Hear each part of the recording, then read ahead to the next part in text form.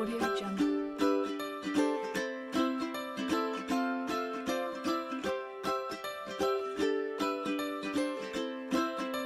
Different photographs that conforms a panorama.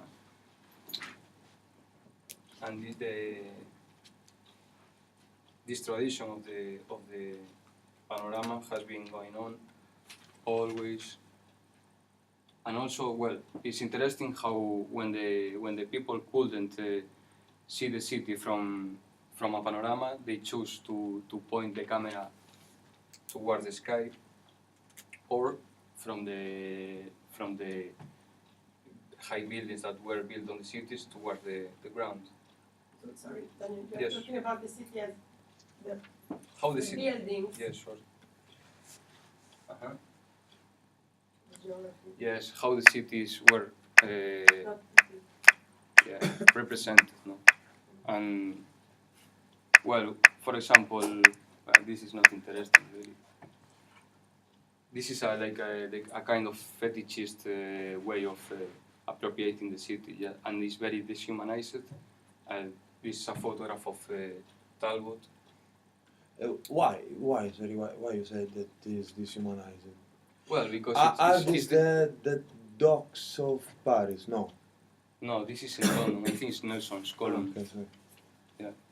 Well, because it doesn't show any the experience of the city. It is depicting a construction of the column, but it's a kind of methodological way of working, you know, that's documenting the monuments and how they were built. And well, it's another approach. It's just that it's not wrong or anything like that. And so we have. It's very interesting the street figure, as one of the main subjects of the city through the history of photography, through the whole history, and this has developed after in the photography, in the social photography, you know, depicting the bad conditions of the poor classes, or the places where they live. This is very important. Eugene Adjet. This is a photograph of Eugene Adjet, so of the suburbs of Paris. The nice thing of the photos of Eugene Adjet is that he was also trying to document every single aspect of Paris, because he knew that would change. So he tried to do it with the photographic camera, just recording all the evidence of how the city was before it changed. And there is always a human clue, let's say, in his photos. This is Anan is this photograph is in Glasgow, for example. He's one of the fathers of the social documentary, let's say, about the condition of the poor people in the cities. Jacob Rees. Lewis Hine is very important too. The works of the children in the fabrics.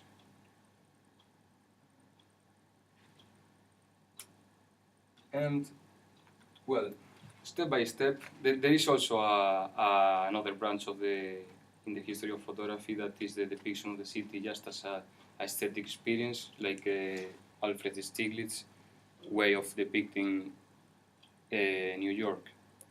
Just he wasn't really interested in the human part of the city, but just as his response was a purely aesthetic response. Again, from his studio, he was photographing just the beauty of the shapes and the shadows created in the city. And then there is a very important photographer that, if anyone wants to know more about that, is called Robert Frank, and probably some of you knows him. When he did a documentary called The Americans in the late 50s, it wasn't well received in America, because it was very edgy and very gritty, comparing to the beautiful America that it was depicted in advertising and in the mainstream politics and all of that. So his opposition to this happy America was really interesting, and in fact, after his work in that book in The Americans, photography, let's say that was completely broke in parts, in fragments, and that pieces is like they never, no one could. He make a so big mess in photography that the things could be never put again in the same way, and then he's the origin of like let's say a more postmodernist and intersubjective way of photographing in the city. Like you can see here some photographs of Lee Fredlander, and well, it's very good. You see the complexity. His visual language in the city is very much related with the complexity he feels that the city brings to him, or the displacement that he feels when he is in the city. Like these photographs, I don't have internet here, so I cannot see like really good, but I love these ones, for example. He's starting to play with window shops, with reflections, and things that haven't been done before, apart from Eugene Adjet, that is, like, let's say, the father of also this branch in street photography. And also is very important Gary Winogrand and his depiction of the visual experience of the city, through the camera.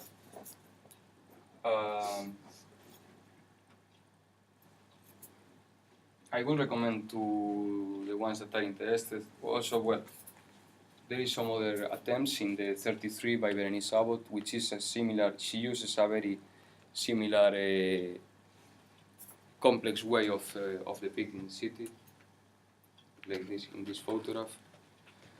And I would recommend to the people that is more interested in how photography depicted the city.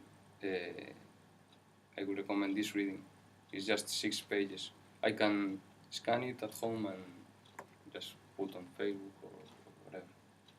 And yeah, there is much more really, but I couldn't prepare better this. So, okay, finish.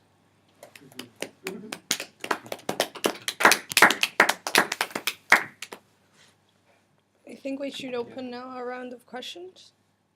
What? Anyone wants to ask anything? I find very interesting the part of the reflections, and it's just fascinating because in the city there's just so much that reflection. There's a reflection, and that it's something that you replicate because it's a very social context, and as the concept that there is many mirrors, but not only mirrors, but for instance, the in a shop when you see a mannequin. Like in this one, Yeah, exactly. It gives you an image that you are kind of forced to replicate, and it's that reflection that kind of builds up in your head and determines how you are going to become afterwards. Yeah, I think it's very... That makes you build the identity with the city or reject it. Yeah, I think Finlander has a very complex and fragmented way of seeing the city. He's always playing he's always placing things on the foreground. Not always, but many times he's placing things on the foreground. This is not Lee Friedlander anyway, but it's a little Terwit. But he's himself in the mirror of his car. He did a whole series of photographs from his car, which are, I love them. They are very, very,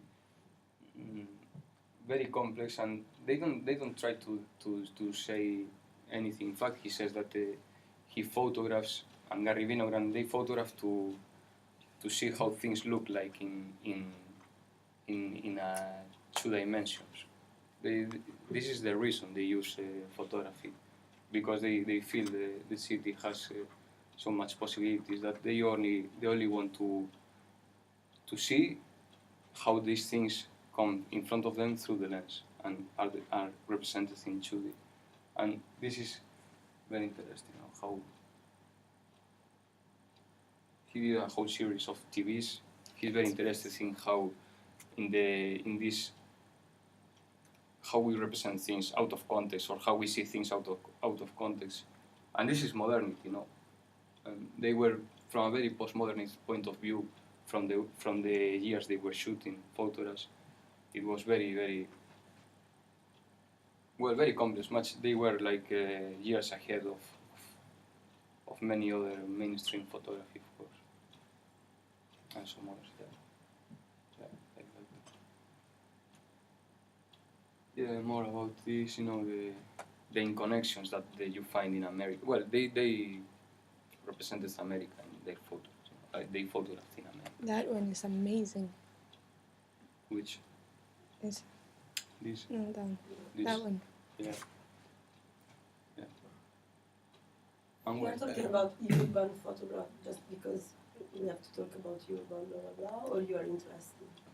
No, I mean, it's what Paloma proposed me if I could speak about any topic, and photography is what I know. No, photography. So I don't know a lot no. about anthropology yet, so... No, urban. I mean, photography in the city. Yeah. You made some works about it. Yes. But not street photography. I was interested in more the photographs of Stephen Shore about limits and limits in the city, not only physical limits, but also like legal limits or limits between the private and the public. And I have some photographs that I will expose in Edinburgh. You have them here. Can you show them to us? Yeah, I have some.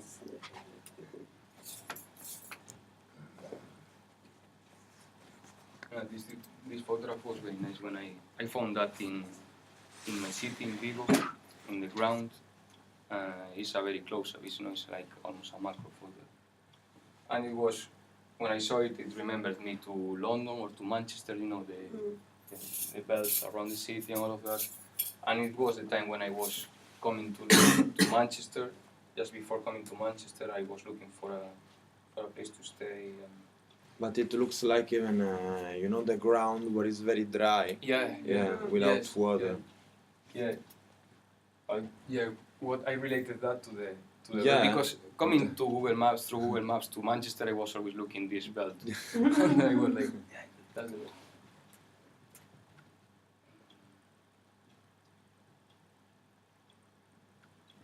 Do you think that to photograph a city without people is to dehumanize it? No. I think the photographs of Talbot, I find them very, very boring. They don't depict, like, they don't represent anything interesting to me. But it's not because they are not. It's not because there is no people there. I mean, Adjet doesn't depict too many people in his photographs, and they are quite interesting. They are much more subtle, you know, in the way that the absence of people is there, and you can see that these places that the Adjet depicts or represents, they are inhabited, even if you don't see people there, because there is traces in them. And in the Talbot photographs, the traces are too obvious or are too, you know, for me, too obvious. Daniel, Yes. I would like to ask you two questions about your personal experience. I saw a couple of your works on the internet, and what I saw is that you work a lot with people. Yeah. So Portraits, yeah. portraits, for example, yes. How do you think that a human portrait, yes, of course, with some in the background, about how a human portrait can give us information about the city in which the body lives. Yeah. And another question that I want to ask you is, the camera as instrument of exploration in the city, you know? I think there are limits and really great potentialities, no? But even limits, even if we live in our contemporaneity, so a lot of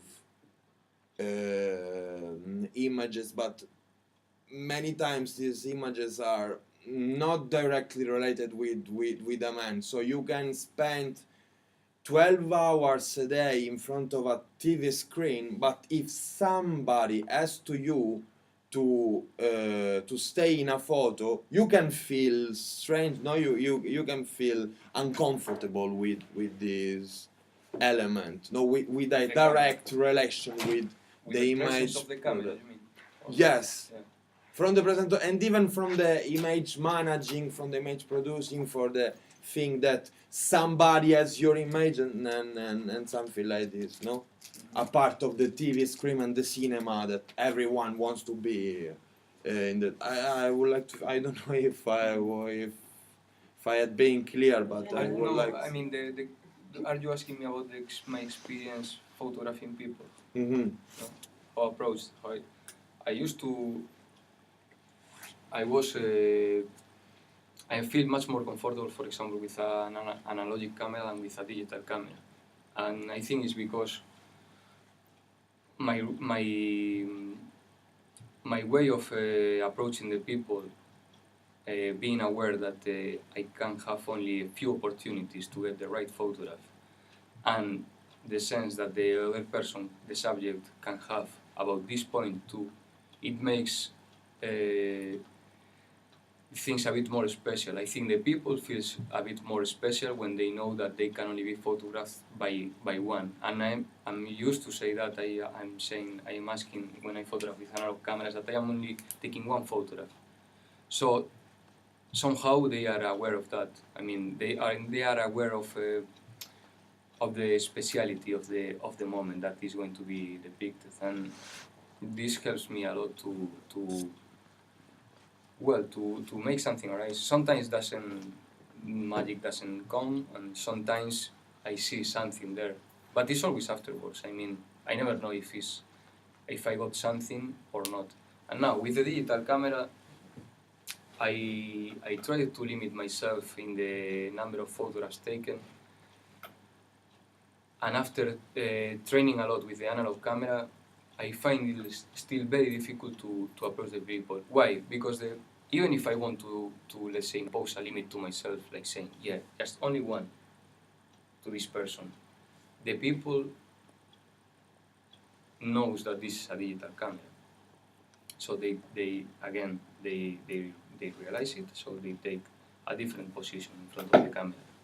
So it's more difficult to get, for me it's more difficult to portray people with a digital camera. And even saying that, sometimes it also works, but it's just more, the moment is less compact, somehow. I think there is more intensity on a photograph taken with an analog camera, in portraits at least. And the first question? How a portrait can talk about a city. What kind of generally speaking?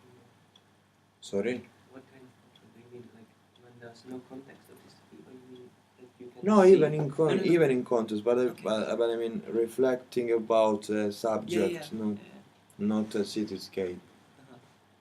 Do you mean like you can, if you see a person, you can kind of guess that it's a citizen of London or like from a village?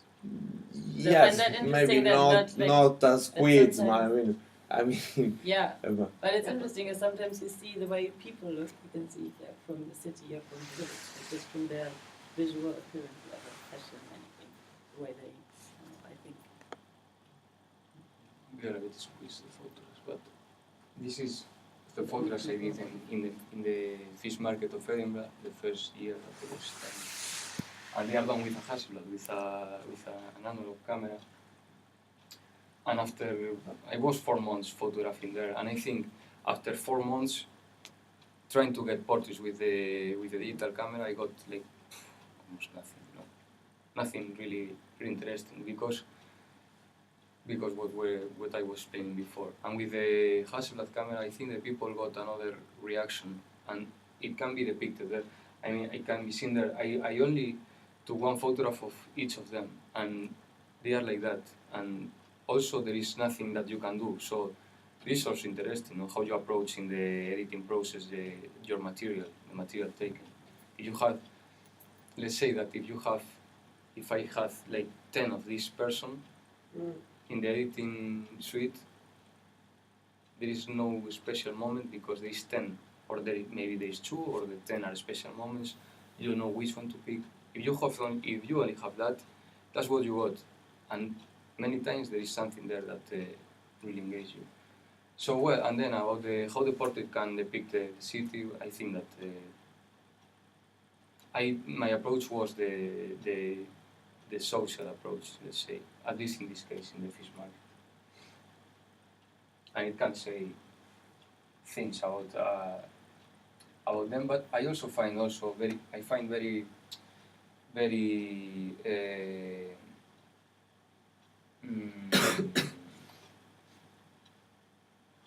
strict the way photography can depict. Only with photography you can represent, let's say, a moment in their lives, but it's very, life is so big and flows so much that I find that it's a bit capricious, like come si dice capriccio, capriccioso, Spoiled. spoiled.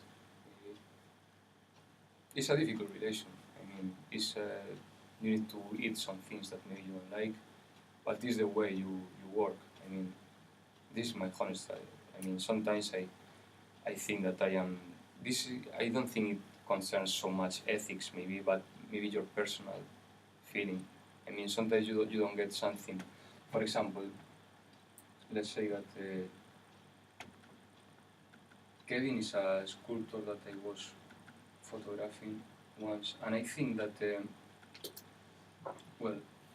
I got these photographs when I went to his studio, and I'm still thinking if these photographs depict his reality. He was much more sweet person than what they say. But now I think that also that when he does these sculptures, these heads, he is always he only does them when he's very angry, when he really hates something that happened to him, and he does them with clay in one afternoon, for example, in let's say 3 hours, 4 hours, he does these sculptures, and if he doesn't like it, he breaks it, and that's it. So the 3 hours was not for nothing. It was for him. It's a therapy. So I think that I don't know if this portrait or this diptych does justice to what he does. I don't think it does justice to his character in general, because I think he's a much more sweet person than what this depicts. But I think that this can depict the angry moment when he creates. I like the way that the artist doesn't look at the photography. His work. You put something like what's the word to say it? Centrifuge force, no? So from the center to outside. Yeah. And it's very it's interesting because I think also he has a very complex way to his creations. So he was really happy with the result. I mean, he showed it to many friends, everyone liked the photographs. Many people said that, but this is not you. Yeah, but this is the view of the photographer, Kevin told them, and he, as an artist, he knows that the power of the artist is what it is. I also find that very interesting, how when someone accepts to be in front of my camera, how I start to feel the power, really, to say not anything that he should do or direct, but I really feel the power that I can make a statement pressing the button, about this person, and it's very powerful. But it's very. I always like that when I do a portrait, the people is like I don't try to grab the people or grab the moment, but I try that the people gives me the moment as a gift, because my relation with them. And this is kind of what we were saying with the gaze and glance, the difference, and the look of Sartre, which is always objectivizing, Whereas the glance, you can get a response. and the mediation of the camera as a machine. The important is to let's say that make the camera invisible, even if it's there, making it absent. You can the person in front of it can feel that there is no camera, in fact. And also with the Hasselblad, what I really like is that I could photograph the people looking at them. In all of the photographs of the fish market, the people is looking at me, not to the camera, because I told them to hold looking to me, just as a way of grabbing something, because I didn't know how to portray them. But finally it worked. So. And yeah, if anyone about the city and the photography, if anyone is interested in how to photograph the city or see something about the history, it's very interesting, and it's not a lot. I mean, it's like in 10 minutes you read it and you get like, wow, that's interesting. Could you please scan it and Yes. send it to us? Yeah, okay. Next one.